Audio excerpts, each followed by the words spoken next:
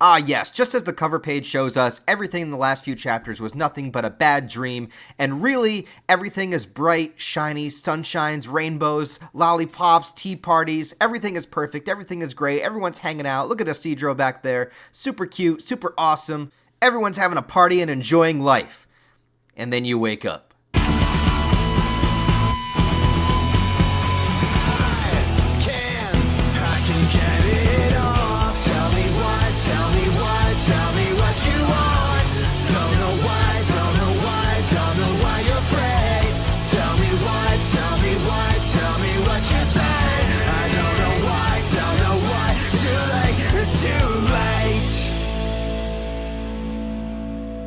Shout out to my boy Rama for that intro. Link is in the description for his YouTube channel. Go check him out.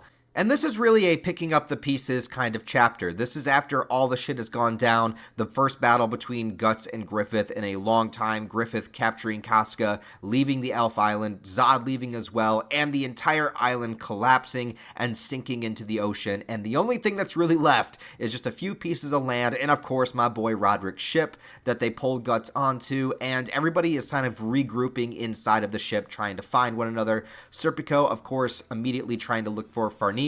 I know some people were saying that he wasn't concerned about Farnese in the previous chapters, which makes no sense whatsoever. They were completely separated and the island was collapsing around him. He really had no way to get to her whatsoever. So it makes sense that now that everyone seems to be looking for refuge inside the ship, that he would immediately go towards her. And what I do like about this chapter a lot is it gives little kind of subtle hints to every character's motivation and everything that they've been through. And even though it's not a very long chapter and it doesn't dwell very long on each character, every character kind of has their own little moment to encapsulate how they feel about what just happened. As in Serpico looking for Farnese, being concerned about her, being worried about her, as he always is. And of course, when it gets to Farnese and Shirake, there's a couple of interesting things that happen here. Number one is Valera, who is still here for some reason, but we'll get to that in a second. Valera mentions, where the Moonlight Child went, not knowing what Shirake knows is that the Moonlight Child transformed into Griffith, which brought the darkness and chaos leading to Elfhelm being destroyed, and Shirake really just doesn't have the heart to explain it or try to talk about it at this point. She knows she's not keeping the information a secret for any particular reason other than this is just a really difficult thing to talk about. Everyone's regrouping.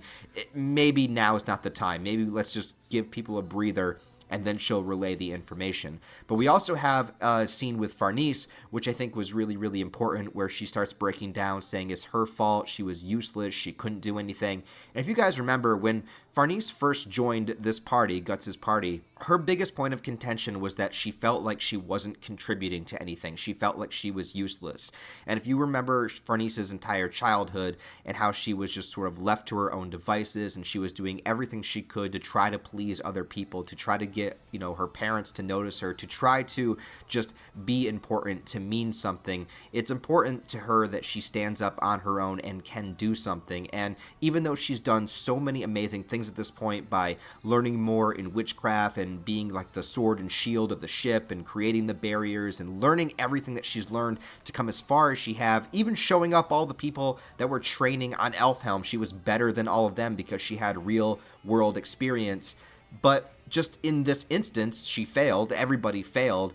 And so it brings her right back to that initial trauma of not feeling good enough or not feeling like she is useful to the group. And I really, really like that because even as much as you progress as a person, when you hit a low point, you tend to revert back to the things that harmed you the most or that bring you the most pain. And for her, it's that feeling of being useless. So I really, really like that they did that with her. But also, to counteract that, what did they do? My girl is back. The big titty goth GF of our dreams, Morta, makes her first appearance since the return of Berserk. Out of all 6 chapters of the return with Koji Mori at the helm, Morta was nowhere to be found. For all we know, for all intents and purposes, they might have just rid her character off or not wanted to deal with her at all. Or maybe she just got killed in the sinking of Elfhelm. Who knows? But you know what? No, they bring her back, and she knows that they got shit to do, man. She's actually being a lot more responsible here than I would have given her credit for, so maybe that's my bad. But But she's being extremely proactive and actually able to keep a level head better than most of our main characters, and that's probably because she is very detached to everything that was happening, and she sort of has been doing her own thing this entire time. So I think that gives her a little bit more of a level head, and she notices that all these people are injured, from everything that happened, and she doesn't really have enough magical ability just herself to help heal everybody. But you got Farnese and you got Shirake there. You don't have any astral creatures left, so they're the ones responsible to do it. So I like that she comes over to Farnese and is like, hey, stop crying, stop groveling, we got work to do. And I love that Farnese is like right on that shit. As soon as she realizes that, she gets up and continues to perform, realizing, and even if she doesn't realize it herself, that she is extremely useful to the group, but also that they have a duty, they have a mission. They can't just sit around and bask in the sorrow right now. They have things to do, they have stuff that they have to get done, and all they needed was just that little bit of push. So we gotta thank my dark hair goth princess for bringing Farnese back to her feet and getting her to realize what she needs to do. Also, she does mention to Shirake as well that Guts is on the ship. He made it on the ship, so they know that he's here and that he's safe. However, she says that she's worried about the Berserker armor that he has on, and that if it were to activate, she knows the consequences. Now, if you guys remember back in chapter 362 where Guts went down to visit Hanar, this is where he had the flashbacks of the Berserker armor and saw the death of the Skull Knight when he was human. Morta was down there with them. Morta went down with Shirake to kind of spy on what was happening there. So she witnessed that firsthand as well, seeing kind of the abilities of the Berserker armor and what it could do. She didn't see into the past like Guts did, but she's aware of the fact that prolonged use of this or intense use of this could lead to the user's death if they don't master it in some way.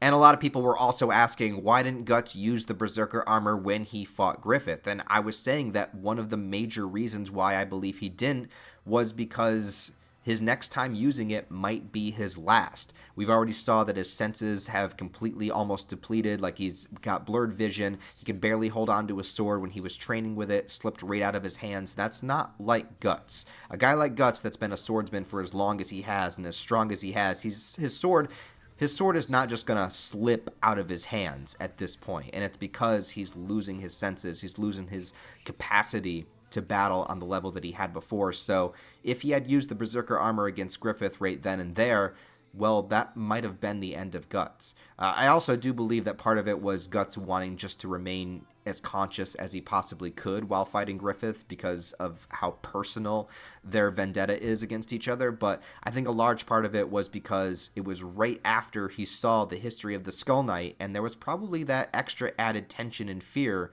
of what could happen if he used it. Then we also see Roderick coming onto the ship as well, doing everything that... And we also see Roderick coming on the ship, being the absolute leader that he is, the ship captain, getting things in order, figuring out where the people are, alerting people of the shortage of cargo, and just overall just being the absolute Chad leader that he always has been, man. No Roderick disrespect is allowed on my YouTube channel. If you guys don't like Roderick, you just gotta get out of here, man. I can't abide people that don't appreciate the bravery, the competency, the heroics, the compassion, and that he is the one that wants to go check on Guts. Shirake, I believe, is also making her way over to him, but Roderick goes to the room that Guts is in, and the door's closed, the door's locked behind him, and inside the room, we get one of the most interesting Guts scenes that I think we've ever had in the manga, where we see Guts standing away from his sword, away from the Dragon Slayer, and looking at it like it is some sort of foreign object, like it is something that he doesn't understand, like it's something that has betrayed him in some way. And I think there's a really interesting symbolism alongside this, but he falls down and starts sitting against the wall, and the same time that he falls down, the sword falls over too, just giving this giant thud, just this big sound of defeat. At the same time Guts falls down, so does the sword, and they're kind of like staring at each other from across the room.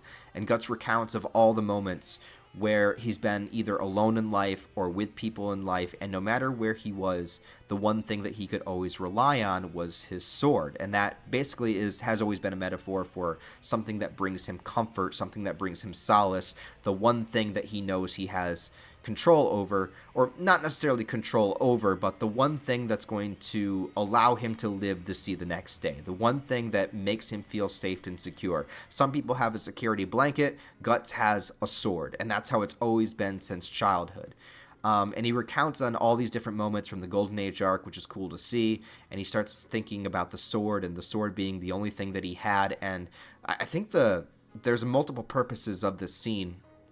And you guys can correct me if I'm wrong or if you think something else about it. But I think number one, it's that the Dragon Slayer seemed to be useless against Griffith. And it was the one thing that he could always rely on.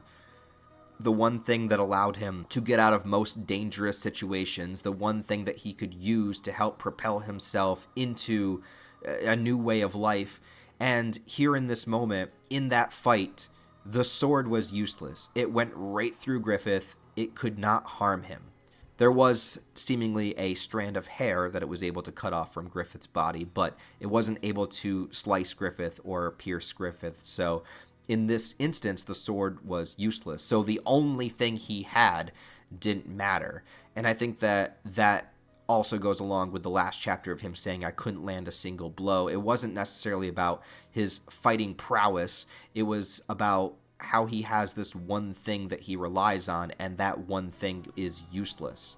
Now, I also think that this relates to his relationship with Casca, because if you remember at the end of the Wounds chapters, one of the first time Guts was able to sleep without his sword was when he slept with Casca by his side, meaning that she brought him the same level of comfort as the sword did. That love that he had for her and that she had for him was similar. It was the light in his darkness. It was the thing that was able to slice its way through the brutality of life.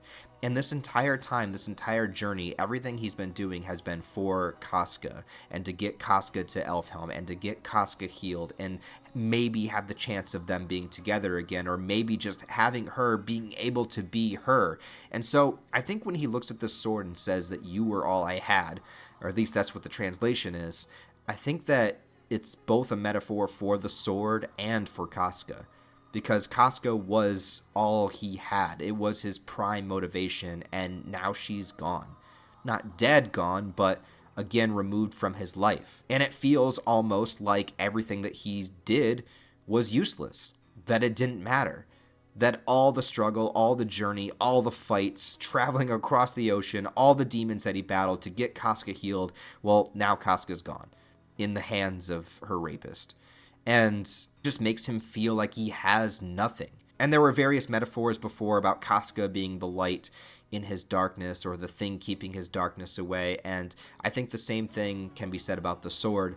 And as Casca leaves him, something that he does not have, that light anymore, the sword also unable to serve him, that's another piece of the light gone. Which just proves that more and more darkness are completely encompassing Guts, which leads him closer to activating that Berserker armor for the final time and truly giving in to the Beast of Darkness, because he would have nothing left. So I think this is a really, really dark sign of where Guts could go. But let's talk about some other things real quick. Now, in the last chapter, we had all of the astral creatures disappear from Elfhelm because the spirit tree was destroyed, and it was the thing that was tying them to the physical world. Now, in this chapter, we also see Puck and Avalora are still here. So that leaves the question as why are they the only astral creatures that remain? Puck is a inhabitant of this island, though he left many, many years ago. He still, you would think he would be connected to it in some way. Avalora, I could give her a pass because she didn't come from anywhere near the island, so but at the same time, the spirit tree at Flores was destroyed, so I would imagine if she was tied to any spirit tree, it would be that one. So it is very curious as to why they're still here. I can only offer headcanon theories that maybe they've drawn enough connection with the group knows them so well, they're very intimate with one another, so maybe they're still able to perceive and see them just simply because of the attachment that they have, whereas the people from Elfhelm, they haven't really known them that long. I don't really know. That's the only thing I can think of right now, and my only gripe about this chapter is that it was not addressed, that nobody talked about the astral creatures disappearing, nobody talked about why Puck and Avalora are still here. It wasn't mentioned at all by anyone. And I get that it's a chapter where everyone's rushing into the ship, everyone's regrouping, and I understand that it's kind of hard to sit everyone down and have a talk, but that's what we need to have happen. So whatever the next chapter is, or whenever the next time it cuts back to this group, we really need to have a chapter where the characters sit down and discuss what just happened and where they're going moving forward. We do need an exposition chapter. Like, normally, I think exposition should just come naturally as the story goes, but with everything that just happened and with all the possibilities of what could happen, I really think that we do need an exposition chapter. However, I don't think that we're necessarily going to get that next, because I think that the story is going to cut away to something else. And I could say that either it's going to cut away to Rickert and Salat, or more than likely, it's going to cut to Griffith returning to Falconia with Casca. And I think that we're going to get a few chapters of Casca in Falconia and her having kind of free reign to see everything that Griffith has been up to and has created, and just see the modern world as it is now. I really, really do think that we're going to get some Casca-focused chapters.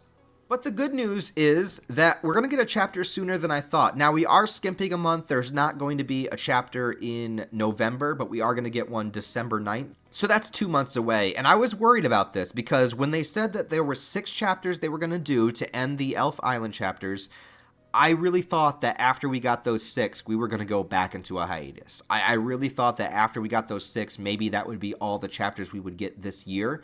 But we are going to get another chapter this year in 2022, which is crazy. That would mean 7 chapters in 1 year. I don't know when the last time Berserk gave us 7 chapters in 1 year. So I think we should be really appreciative about the things that we got.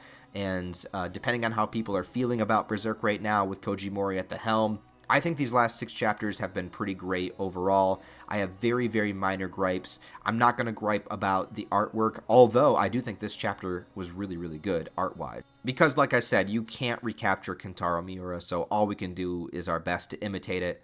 But I think every character is acting in a way that makes sense to their character. I just think we are at a point now where the characters need to sit down and have some exposition about what's going to happen and where they're going to go moving forward. But anyways, guys, if you have read Chapter 370, just came out, let me know what you think about it in the comments below. Leave your thoughts, theories, ideas, opinions. Where do you think it's going to go? And if the story continues and, goes to a different character or goes to a different location, do you think it's going to go to Falconia and follow Casca? Do you think it's going to go to Rickert and Salat? Or do you think we're going to stay on the boat? And where's Skull Knight? That's a good question. I think we need some story time with Skull Knight to really give us some information about what happened 1,000 years ago in full, but who knows if we'll get that. Anyways, I love you guys. If you liked the video, please give it a thumbs up and a comment down below, because all interaction will help it be seen in the algorithm better. And if you want to, go ahead and subscribe to the channel, because I am trying to get to 100,000 subscribers by the end of the year. And you get various manga, anime, movie, live streams. You get a whole bunch of stuff on this channel, so go ahead and subscribe. You might find something you like. Other than that, guys, hope you have a wonderful rest of your day, and I'll talk to you next time.